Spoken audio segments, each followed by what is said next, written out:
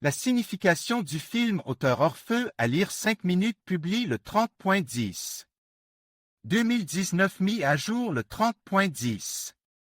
2019 Le film « Vivre » du jeune réalisateur Yuri Bykov fait penser à une parabole.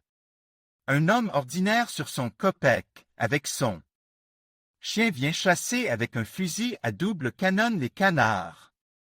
Soudain, quelqu'un sort des bois et court vers lui, poursuivi par 3 hommes armes. La chasse est interrompue, le fugitif oblige le chasseur à remonter d'urgence ses cannes à pêche, ayant oublié le chien dans les bois. Les poursuivants sont plus que sérieux, on tire sur la voiture, les vitres sont brisées, miraculeusement personne n'est blessé. De toute évidence, l'homme va être tué. La vie de Mikhaïl, c'est le nom du chasseur, est également en danger. Mais la voiture s'enlise dans la boue et les 2 hommes doivent continuer à marcher. En chemin, les fugitifs discutent de leur propre chef. L'homme est extrêmement peu communicatif et catégoriquement cynique. Mikhaïl, quant à lui, tente d'en savoir plus sur sa nouvelle connaissance et sur ce qu'elle a derrière la tête.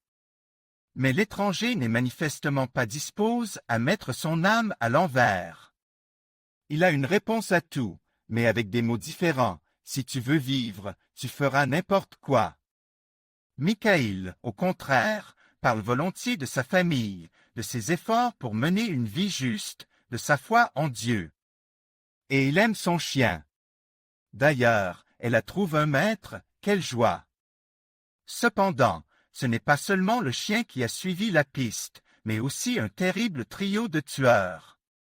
Il devient alors évident que les aboiements du chien les trahiront. L'étranger demande à Mikhaïl de tuer le chien. Mikhaïl refuse et le type étrangle le chien avec sa ceinture. Cette scène du film semble insupportable à beaucoup de gens, bien plus inhumaine que tout ce qui se passe ensuite. Ainsi, nous voyons comment un homme simple et bon, Mikhaïl, devient la victime d'un criminel malfaisant, sans âme ni conscience. Mais tout n'est pas si simple. Plus loin devant eux se trouve une rivière, sur l'autre rive de laquelle se trouve un pêcheur avec une voiture. Le fugitif demande à les transporter, ce que le pêcheur craint à juste titre. L'étranger demande alors à Mikhaïl de prendre le pêcheur dans son collimateur pendant qu'il traverse la rivière à la nage et emporte les clés de la voiture. Mikhaïl n'a pas le courage de tirer lorsque le pêcheur s'éloignait. Les chemins des fugitifs se séparent encore. L'étranger se rend seul dans une ferme à fourrure où se trouve une maison abandonnée.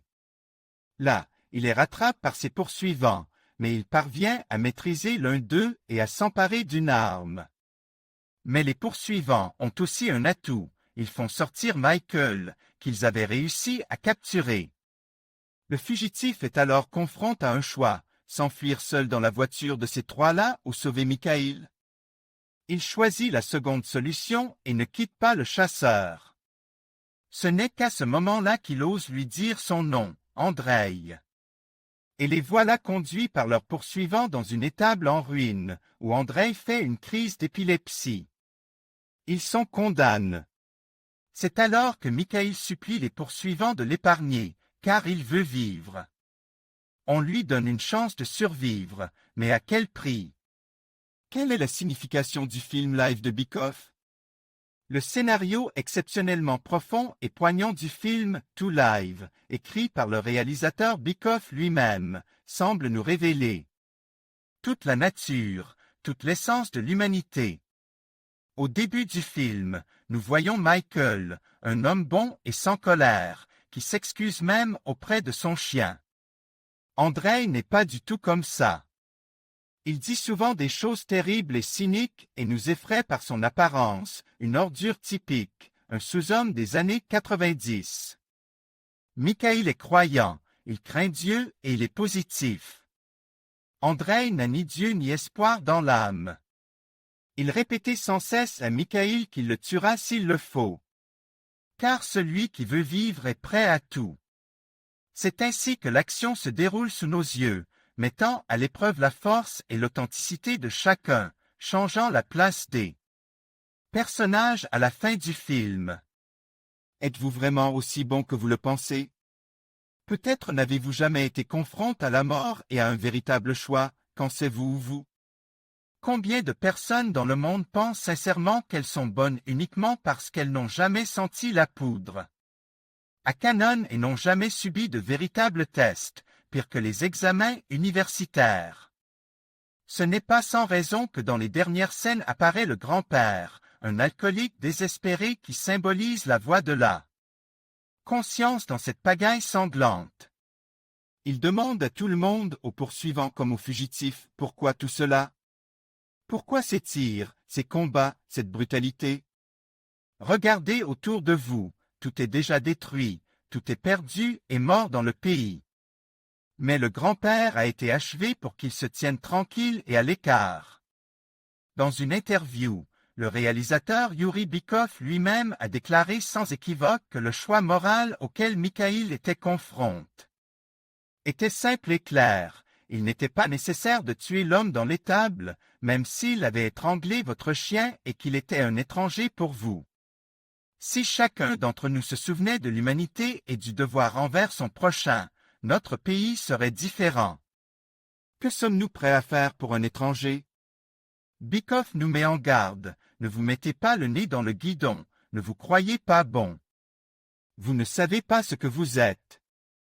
La signification de la fin du film To Live de Bykov. Le héros du film fait un choix, il sauvera sa bonne vie au prix de celle d'un inconnu, un homme fringant, probablement doté d'une mauvaise biographie. Après tout, c'est Andrei qui entre dans sa vie, qui a tué le chien. Seul Andrew n'a pas tué Michael, ne l'a pas abandonné alors qu'il aurait pu sauver sa propre vie au prix de la sienne, également étrangère et inutile. Et nous voyons comment les justes deviennent des lâchers et des vauriens, et les pécheurs de vraies personnes. Et tout cela face à la question centrale à laquelle nous sommes tous confrontés. Cette question, c'est la mort. Admin.